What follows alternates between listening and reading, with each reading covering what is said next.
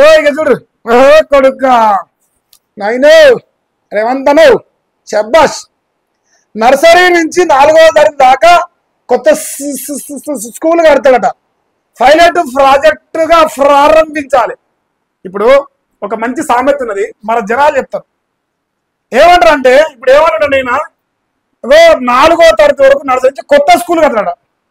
మనం ఒక సామెత ఉన్నది ఊర్లలో, అమ్మకు అన్నం పెడితే అమ్మకు బువ్వ పెడితే చిన్నమ్మకు బంగారు కాదు డైమండ్ పెట్టుకో, మాకేం టెన్షన్ లేదు, కన్నతలకి బువ్వ పెట్టాలి ఫస్ట్. ఈ రాష్ట్రంలో రేవంత్ రెడ్డి ఇందిరమ్మ రాజ్యంలో 119కి 119 ఇంటిగ్రేటెడ్ స్కూల్ వచ్చినాయా చెప్పురా? మీ నియోజకవర్గంలో ఇంటిగ్రేటెడ్ స్కూల్ వచ్చిందా? సపోజ్ నేను చెప్తానా, రేవంత్ అని ఇప్పుడు కొత్త ఈ స్కూల్ కడుతున్నట్టుగా మహేష్ గారు అంటాడు మా నియోజకవర్గంలో ఒక మండలంలో స్కూల్ కానీ ఇంటిగ్రేటెడ్ స్కూల్ కానీ మొత్తుకున్నా. నేను మొత్తుకుంది తెలిసే పక్కన పెడదాం.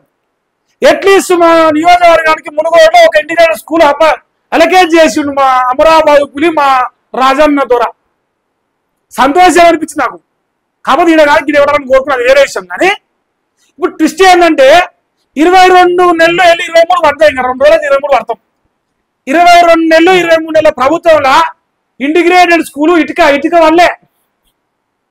ఇప్పుడు ఏం చెప్పాలి రేవంత్ అన్న, ఒక ఇటుక పడలేదే, అసలు భూసేకరణ జరిగిందా? ఒక ఇటుకరన్న పడదా? 119 నెలల్లో ఎంతో 65 ఎంతో ఆయన ఎన్ని చేసిండో మనకు తెలియదు. శంకుస్థాపనలు పలకలు వేసిండు కంటే, పలకలు వేసిండు, బొమ్మ దిగిండు, నీళ్ళు అడుతున్న బడి అన్నాడు. ఆ బడి వీకింది. 22 నెలలకు వెళ్ళి తట్టెడు మట్టి ఎత్తలే, ఒక ఇటుక వేరేలే, ఆ బడి బోడైంది. ఈనాట మళ్ళీ కొత్త బడి కట్టడా. చిన్నప్పుడు సామెత ఉంది రేవంత్ అన్న, గూట ఉన్నది వీకితే ఎట్లా ఉన్నది వీక అని చెప్పి జనాలు, లేదు లేదు ఎట్లా వీక్తా నీకు గూట వీకలేనా అంటుంది రేవంత్ అన్న. ఇది వీకలట కానీ మళ్ళీ కొత్తగా కట్టడట. నమ్మురాజర మీరు విద్యాశాఖ మంత్రి, అత్యంత మేధావులు కాంగ్రెస్ వాళ్ళు, జనాలను చుతగాలం చేసుట్లో మేధావులు అంతవరకే, ఇంకా దేనికి వనికిరారు వీళ్ళు. వచ్చే ఏడాది నుంచి మొదలయ్యేలా యాక్షన్ ప్లాన్ ఇవ్వాలి. ఓహో ఇట్లా పెట్టిన చేతులు ఇట్లా పెట్టుకో రేవంత్ అన్న, షాబాష్. ఇంకేంది, ప్రతి స్కూల్కు కార్పొరేట్ స్థాయిలో తిరుగుతాలి. ఇది నారాయణ లెక్కన. కమ్మ అంటే అమ్మ, అమ్మ ప్రేమ కమ్మలో ఉంటుందని చెప్తారు కదా మరి రేవంత్ అన్న. మరి నారాయణ శ్రీ చైతన్య ఎక్కడ పోవాలి?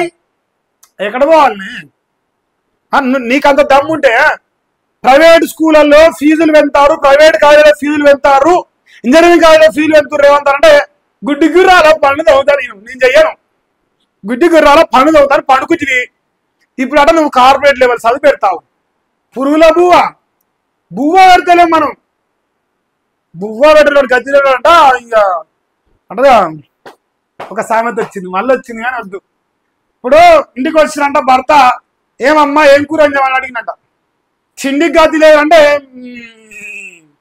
చంపంగా నూనె కావాలంటే ఉంటుంది ఇప్పుడు చరిత్ర అన్నది. ఏమి రేవంతనా, బువ్వే గతి లేదు, తినడానికి తిండేగా పురుగుల బువ్వ పెడతాను, కార్పొరేట్ లెవెల్ చదువు చెప్తావు. వద్దు నాయన.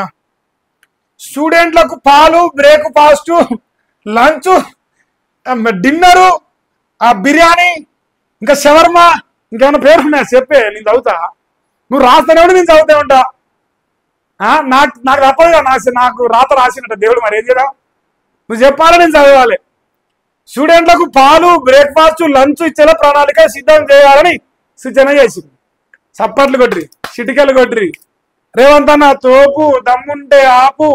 నల్లమల్ల అడవులోకి వెళ్ళి తొక్కుకుంటా వచ్చి బడిని కట్టట, కార్పొరేట్ చదువు చెప్పట, లంచ్, డిన్నర్, మీల్స్ పెడతాడట. మీ అందరికి తిని బాగా బతుకుతా. మీ పుర్లబు అదిని సావకుడు తల్లి. అదేమనుంటే మా రేవంత్ అన్నకి ఇంటికి పంపురి, అన్న తింటాడు. అన్న చాలా గొప్పోడు, అన్న పంపితే అన్న కడుపు నిండా తింటాడు. అది ఒక వార్త. ఇప్పుడు నెక్స్ట్, ఈ రాష్ట్రంలో జూబ్లీహిల్స్ హాట్ టాపిక్. ఇప్పుడు అందరూ జూబ్లీహిల్స్ అంటారు, మరి నేనైతే అంటలేను. నాకు ఇంట్రెస్ట్ లేదు జూబ్లీహిల్స్ మాంగో. ఎందుకంటే నాకు అసలు వాస్తవం చెప్పాలంటే నాకు బాధ అవుతుంది కొంచెం.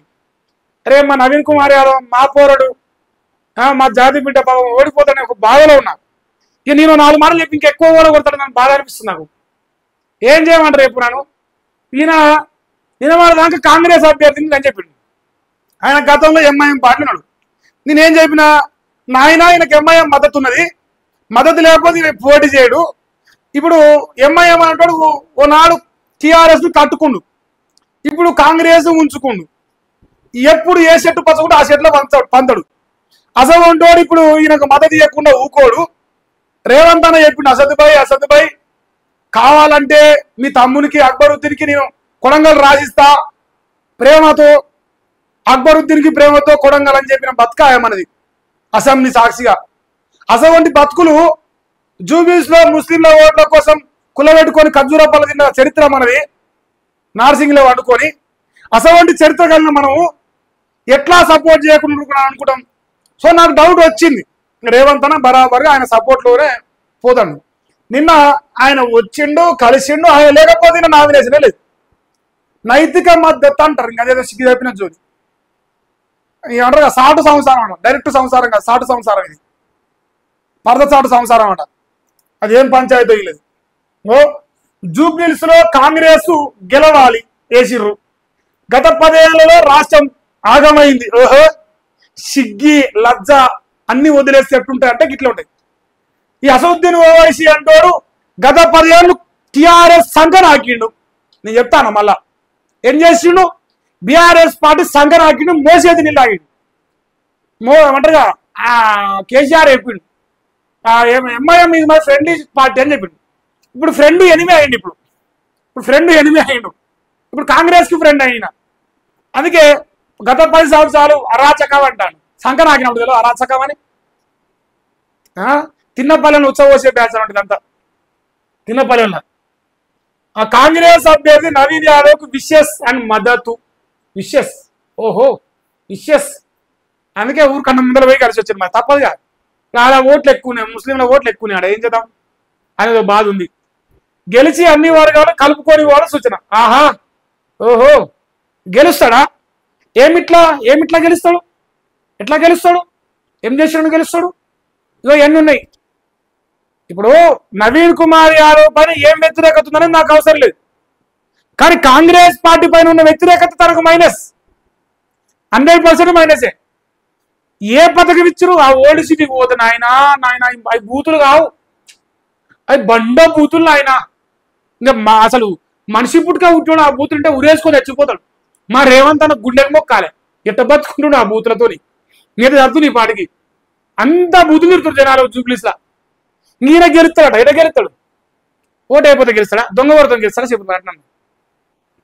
కాకపోతే నా బాధ కదే, అరే మావోడు పొలగాడు గెలిస్తే బాగుంటుంది, మా జాతోడు అని చెప్పుకోవచ్చు, నవీన్ యాదవ్ అని చెప్పొచ్చు అని నా అంతరాత్మ చెప్తుంది. కానీ అది సాధ్యమయ్యేది కాదు కదా. సాధ్యమైతే చాలా సంతోషం. కర్మ గారి దశ మీద కూర్చొని పుస్తకం నవీన్ యాదవ్ గెలిస్తే మాత్రం ఇక మత్స్య వేసుకొని కూర్చుంటే అనుకుంటాను. నేను ఇక మత్స్య వేసుకొని కూర్చుంటే ఇంత వ్యతిరేకతలు గెలవడం అంటే అది మామూలు ముచ్చట కాదు. ఇక అది ఒక ముచ్చట. ఇంకా నామినేషన్ వేసిన నవీన్ యాదవ్, హాజరైన మంత్రులు వివేకు పొన్నం, ఎంపీ అనిల్ కుమార్ యాదవ్, యూసఫ్గూడ నుంచి భారీ ర్యాలీ తరలి వచ్చిన కార్యకర్తలు. నిన్న యూసఫ్గూడ మొత్తం ట్రాఫిక్ జామ్ అయింది. బండ బూతులు తిడుతున్నారు సోషల్ మీడియాలో. లక్షల మంది నామినేషన్ వేసినాం కాదు, లక్షల మంది నాకు ఇబ్బంది పెట్టినాం. ఆఫీసులో పోతే నాగం చేసిరు నిన్న. ఇలా నామినేషన్ చేయవచ్చు అది చెప్తలేరు. ఇక్కడ దొంగలు కదా చెప్పరు.